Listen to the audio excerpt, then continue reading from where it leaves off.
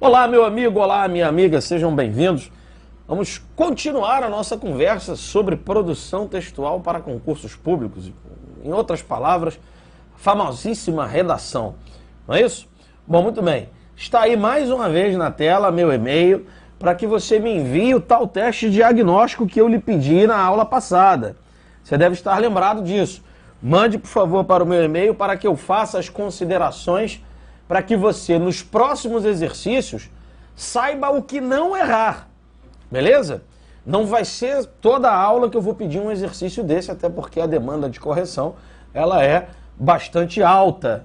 Porém, se você quer que o seu texto seja corrigido logo, faça a caneta sempre, escaneie e mande para mim, para que eu devolva para você o mais rápido possível. Recebi uns 2 ou 3 e-mails perguntando, professor, em quanto tempo o senhor devolve minha redação corrigida? Eu normalmente peço de 5 a 7 dias para poder devolver a redação, justamente em função desta alta demanda. Beleza? Combinado? Então vamos aí para nosso segundo encontro sobre argumentação. É o nosso terceiro encontro, segundo encontro sobre argumentação. Aula passada eu comecei a falar com você sobre os valores do texto argumentativo, isto é, aquilo que as bancas mais apreciam em perceber no que o candidato coloca no seu texto. Isto é, se o texto do candidato tem valor. Falamos sobre valor ético, falamos sobre valor pragmático, falei para você sobre a interseção desses valores. É possível que você, na maioria absolutíssima dos temas, consiga inserir o valor ético e o valor pragmático. Tipo, professor, posso colocar no primeiro parágrafo de desenvolvimento um valor ético e no outro um valor pragmático? Pode sim. Há outros valores, como você já sabe, que nós vamos ver a partir de agora. Olha, o valor que você está vendo aí na sua tela, o valor estético, ele pode ser atribuído quando o tema passa por critérios relativos à beleza. Veja aí, o valor estético, ele trabalha com conceitos relativos à beleza. Ué, professor, é possível lidar num texto argumentativo com valor estético? É sim. Dê uma olhada aí no próximo slide que você vai ver um parágrafo com o valor estético como forma argumentativa. Leia comigo. A cidade de Brasília, fundada em 1960, foi construída com o status de bela cidade do futuro. Olha aqui, ó, já podemos perceber claramente o valor estético aqui. Agora veja, a argumentação a partir do valor estético. Isso, porém, pode não ser a expressão da realidade hoje. Conquanto admirada por arquitetos e urbanistas mais saudosistas, suas linhas retas e seus prédios geométricos já não causam a impressão futurística de outrora. Com suas linhas mais ousadas e assimétricas, a arquitetura da nova geração olha para as formas do passado de uma maneira um tanto indulgente, sem, no entanto, querer copiar-lhe as feições. Como você pode perceber, meu amigo e minha amiga, um parágrafo construído sobre o alicerce do valor estético. Está se falando de uma cidade que foi construída no meado do século XX, quando já se cogitava esse papo de corrida espacial entre Rússia e Estados Unidos. Não era a Rússia, né? Era a União Soviética, perdoem aqui o anacronismo. Tá? Mas enfim, o fato é que já se ouvia falar em futuro. Eu me lembro, quando eu era criança, aí um bocado de gente aí vai me achar velho, né? Existia um desenho chamado Os Jetsons. Não é? Era uma família que vivia supostamente no século XXI, eu acho. Não sei se era século XXI, mas era assim, muito tempo à frente, o desenho começou a ser veiculado, se não me falha a memória aí, durante o meado dos anos 80, quando então eu era criança, aí você pode fazer as contas aí, de quantos anos tem um professor, caso isso seja da sua curiosidade. O fato é que, se você observar aquele desenho hoje, você vê que algumas coisas acabaram se realizando, muita coisa que se falava naquela época acabou se realizando, outras simplesmente acabaram por se tornar ridículas. O fato é que a cidade de Brasília foi construída com a ideia do final dos anos 1950 de que aquilo ali seria a arquitetura do futuro.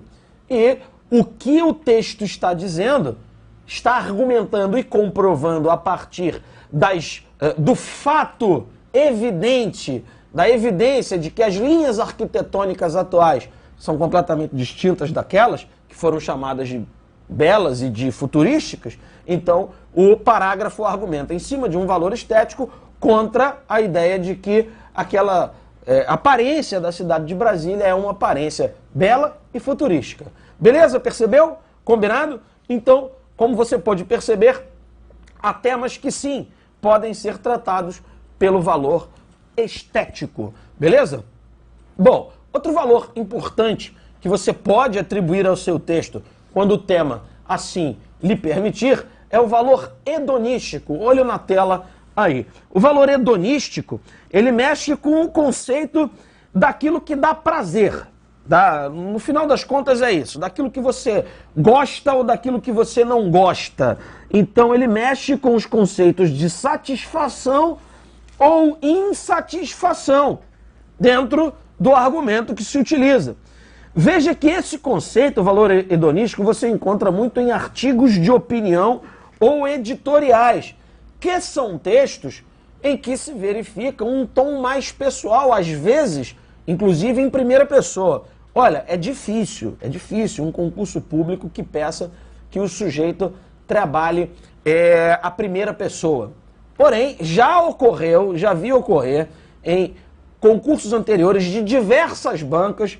Me vem à mente aqui uma banca chamada IBFC, recentemente, ela fez um concurso em que pediu que o concurso tinha redação e pediu que o candidato escrevesse uma carta argumentativa.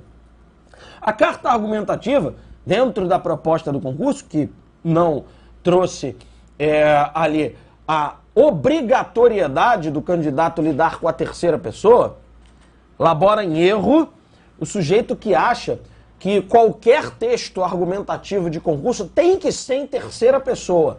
Nem sempre isso é obrigatório, como nesse caso do exemplo que eu estou citando. Pediu-se uma carta argumentativa. Ora, uma carta é um texto, um tipo de texto em que se trabalha um cunho mais pessoal. Trabalhando-se um cunho mais pessoal, é possível sim você lidar com a primeira pessoa. Logo, é possível sim que você aborde um valor hedonístico, isto é, você lide com os conceitos de satisfação ou insatisfação. Mas você vai entender melhor olhando aí o texto que está na sua tela. Veja aí, as medidas de austeridade fiscal propostas pelo governo federal causaram impacto em diversos setores da sociedade civil.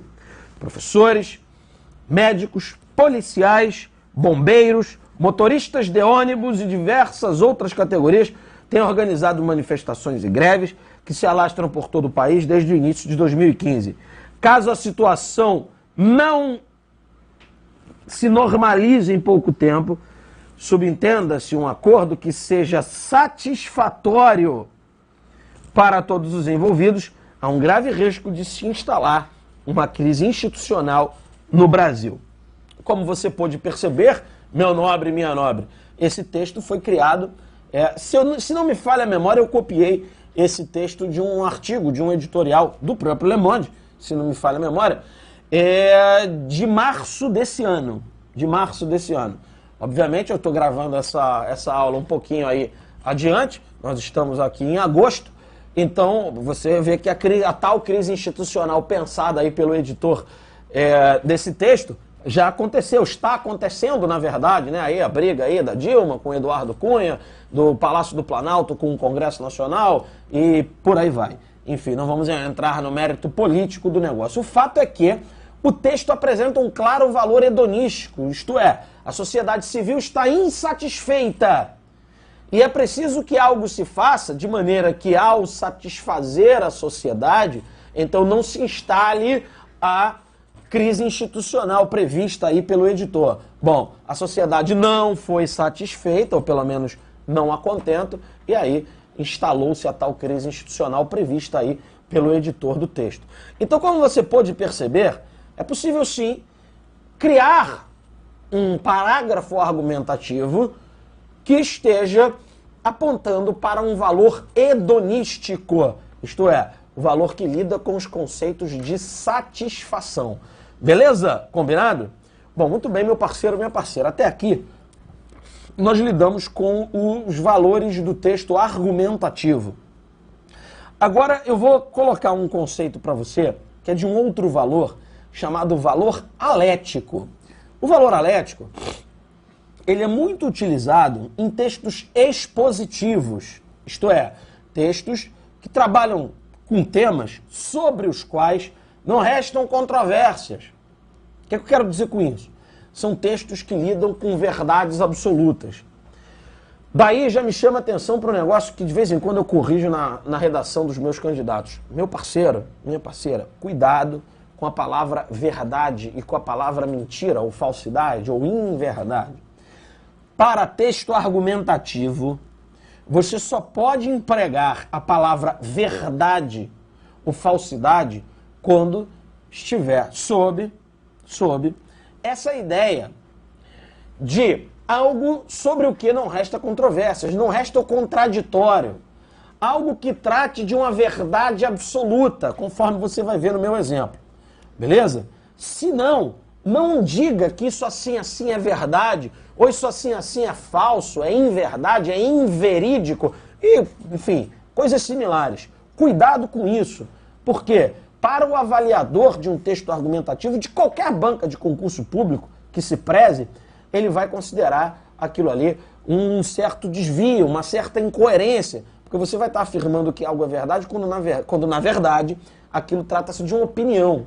E olha, opinião, dizem, né? É igual nariz, todo mundo tem, não é verdade? Muito bem. Vamos ler aí o valor alético. Veja aí.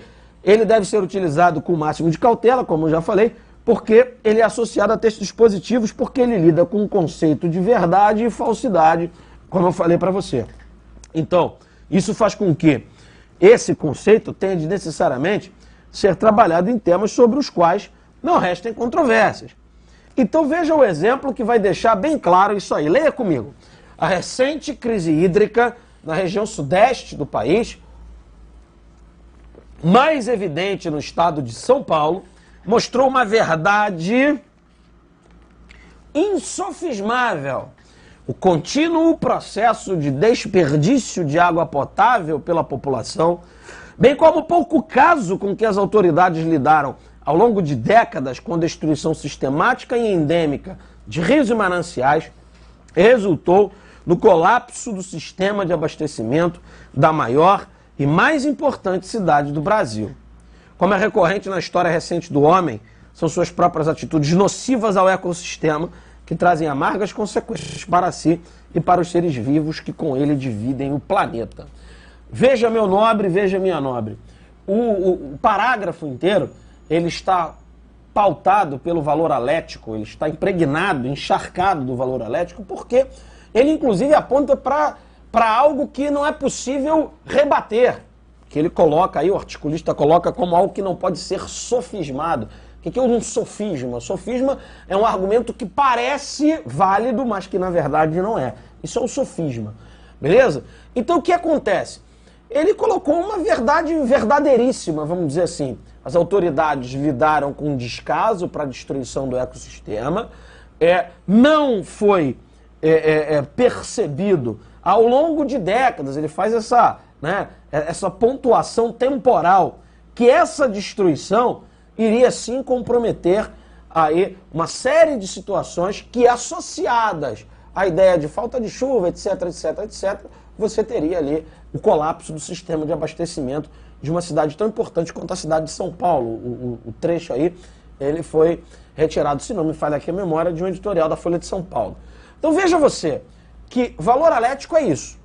Você tem alguma coisa sobre o que não resta controvérsias, o fato das constantes agressões ao meio ambiente, que resultaram num processo de falta de abastecimento com relação aí a esse local, essa localidade, a cidade de São Paulo e por extensão a toda a região sudeste do nosso país. Então, como você pode perceber, isso é valor alético. É quando eu lido com algo que é verdadeiro ou falso, mas que você não tem como contra-argumentar. Ninguém em sã consciência vai contra-argumentar que o ecossistema ao longo de décadas não foi agredido e que ao longo dessas mesmas décadas as autoridades pouco ou nada fizeram para reprimir e prevenir esse tipo de situação, ok? Me vem à mente aqui, por falar em água, a situação, por exemplo, do uso consciente da água potável. Ninguém em sã consciência vai afirmar que é possível o sujeito abrir, por mais bem localizado que seja a residência dessa pessoa, localizada que seja a residência dessa pessoa, você não vai abrir uma torneira e ficar 3 horas lavando um carro. Quando você tem comerciais, propagandas, campanhas educativas para que o sujeito, ao passar o shampoo no cabelo, feche o chuveiro, ao passar o creme dental nos dentes, deixa a torneira fechada, ao fazer a barba e por aí vai. Quantas vezes você já ouviu falar isso? Por quê?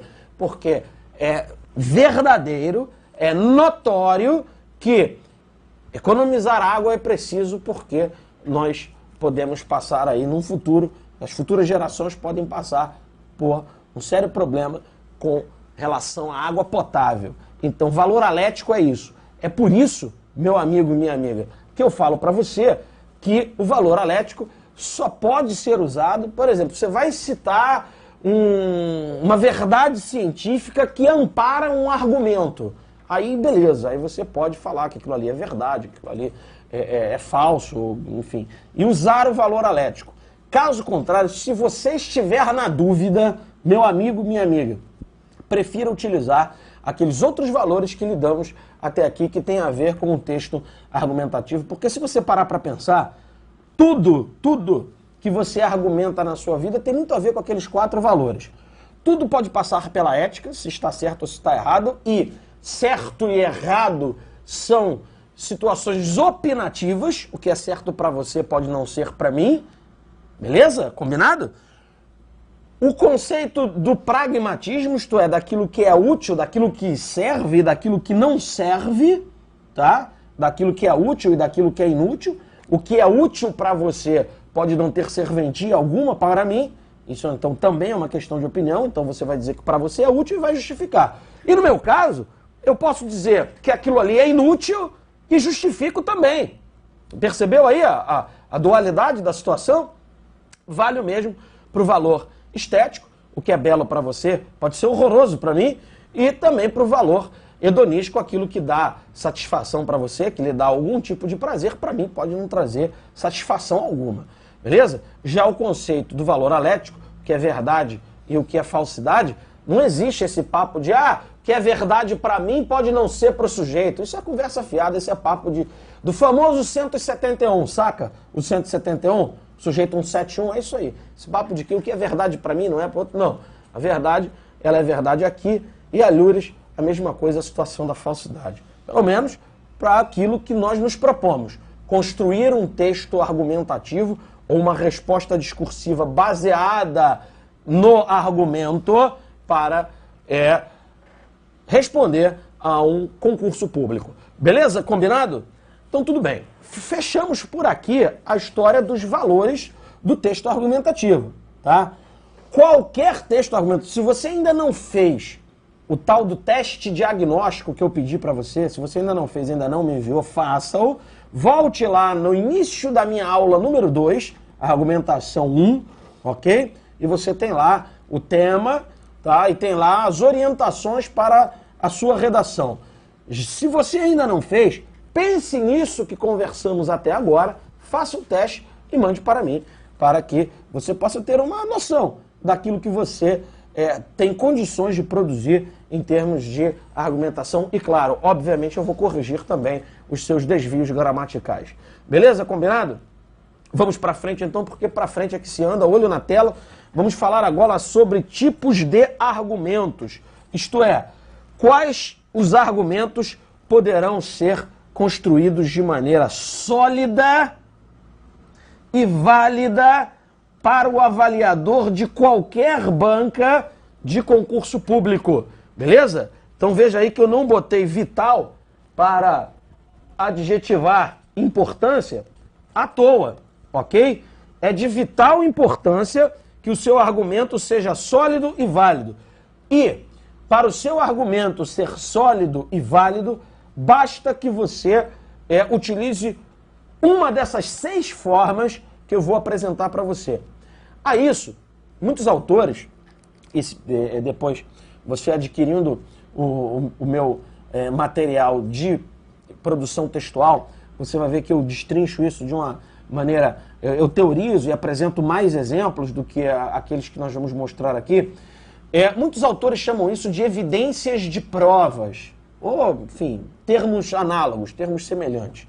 Tá? Para mim é o seguinte, isso dá solidez e validade ao seu argumento. Se o seu argumento tem isso, ele é sólido e ele é válido. Se ele não tem, meu parceiro, você corre o risco do seu avaliador dizer para você que o seu argumento está inconsistente e das duas uma, ou te penalizar, dependendo do critério de correção da banca, ou deixar de lhe pontuar, o que no final das contas dá no mesmo, porque você fica para trás em relação a quem constrói um texto de uma forma mais sólida, de uma forma mais evidenciada e, obviamente, com uma validade maior. Beleza? Então vamos a eles. Primeiro tipo de argumento ou tipo de evidência é o argumento histórico ou argumento feito por analogia.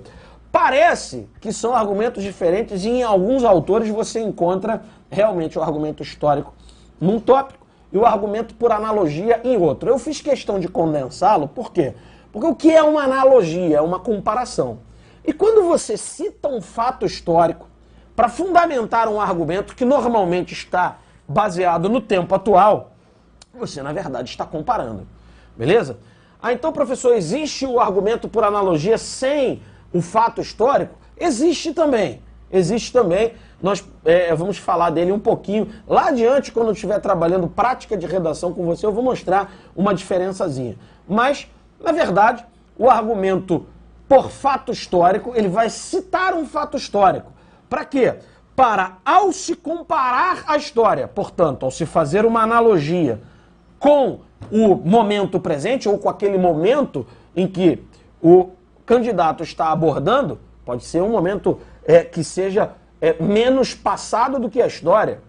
Por exemplo, o sujeito coloca lá, como argumento, ele cita lá aquelas manifestações do meado do ano de 2013, que foi aquele movimento Vem Pra Rua e blá blá blá, e aí o cara vai pegar um fato histórico lá para criar uma comparação dentro daquele seu argumento. Então você está comparando um passado recente com um passado mais distante. Isso também é possível, não deixa de ser uma analogia e também não deixa de ser a utilização de um fato histórico. Fica de olho nisso. Portanto, veja aí, com fundamentos em fatos históricos, constrói uma argumentação que pode incluir comparações entre épocas distintas. Vê aí o exemplo, vamos ler comigo. A partir do século XIX, veja aí, já criei o primeiro momento histórico. A visão de mundo do homem sofreu uma mudança substancial. Se eu estou dizendo que a partir do século XIX, a visão de mundo do homem sofreu uma mudança substancial, automaticamente, você vê que eu tirei a tela aí, embora você tenha o material aí em suas mãos, mas veja, meu amigo, minha amiga, automaticamente você, na tua cabeça, faz uma comparação. Peraí, a partir do século XIX, isso sofreu uma mudança a partir do século XIX. Quer dizer, não foi no século XIX, foi a partir do século XIX e nós já estamos no XXI. Beleza? Vamos continuar a leitura aí, A Terra, antes observada com olhos místicos e supersticiosos de uma herança medieval.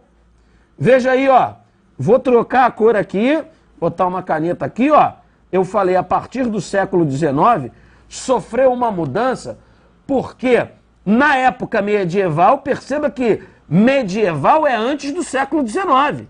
Medieval a gente está falando de 476 depois de Cristo, que é o momento da queda do Império Romano do Ocidente, até 1453, que é a queda de Constantinopla, momento em que começa-se a Idade Moderna.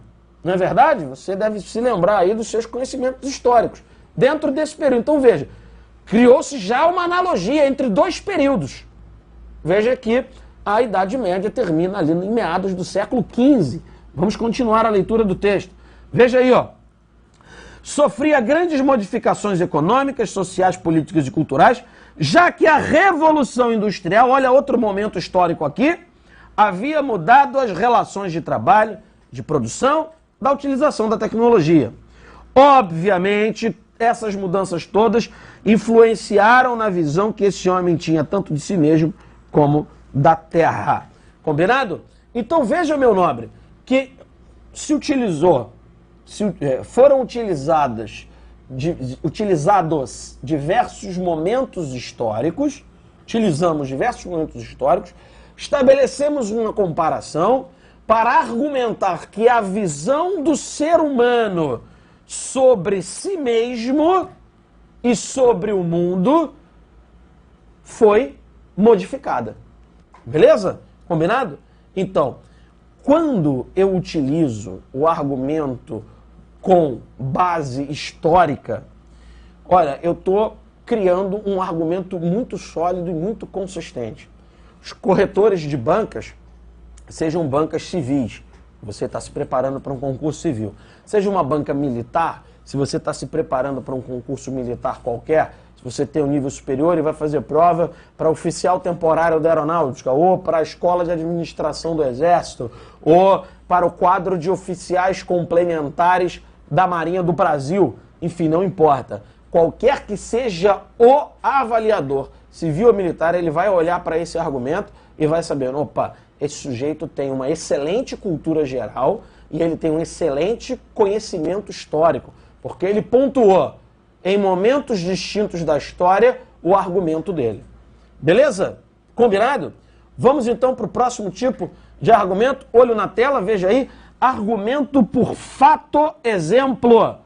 Tá?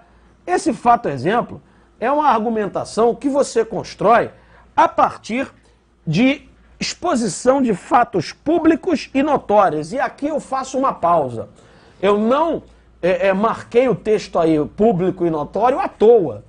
Meu amigo, você vai citar um fato, tem que ser um fato veiculado pela grande imprensa.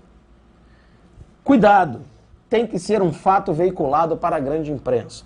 Veja, como eu estou aqui falando aí para todo o Brasil, então, se você vai fazer um concurso aí na sua cidade, é um concurso regional, é um concurso municipal, então tudo bem, você pode citar um fato ocorrido aí na sua cidade.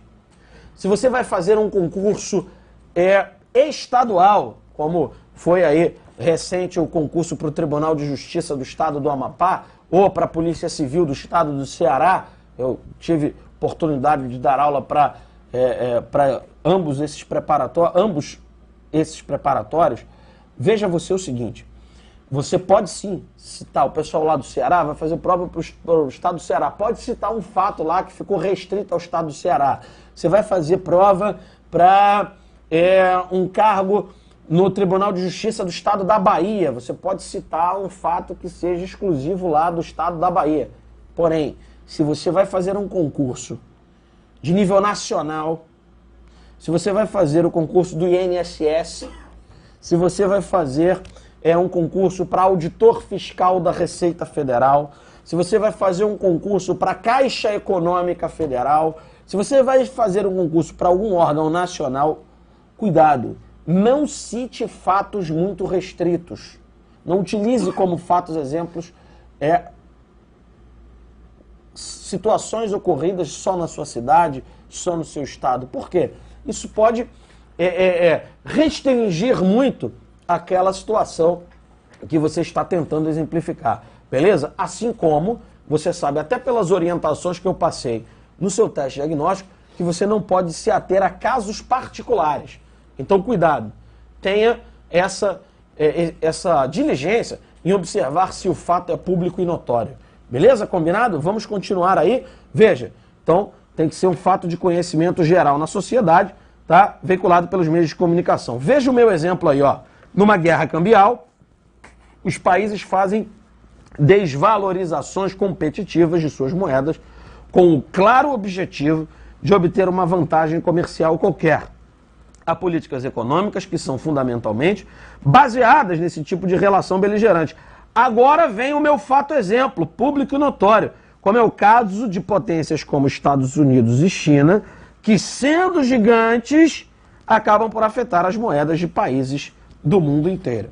Como você pode perceber, o meu fato exemplo é tão grande que consegue exemplificar qualquer coisa dentro do assunto guerra cambial. Beleza? Combinado? Então, como você pode perceber pelo que trabalhamos hoje, além lá do restinho dos valores do texto argumentativo, evidenciar com fatos históricos, comparações e fatos exemplos, dessa maneira que nós explicamos, faz com que o seu argumento fique muito consistente. Beleza? Combinado? Bom, na próxima aula nós vamos continuar com a argumentação, com evidências de provas e em como construir parágrafos argumentativos sólidos e válidos para que você tenha sucesso no concurso que você está pensando aí na sua cabeça fazer. Beleza? Combinado? Então tá bom, um grande abraço, eu espero você na próxima aula.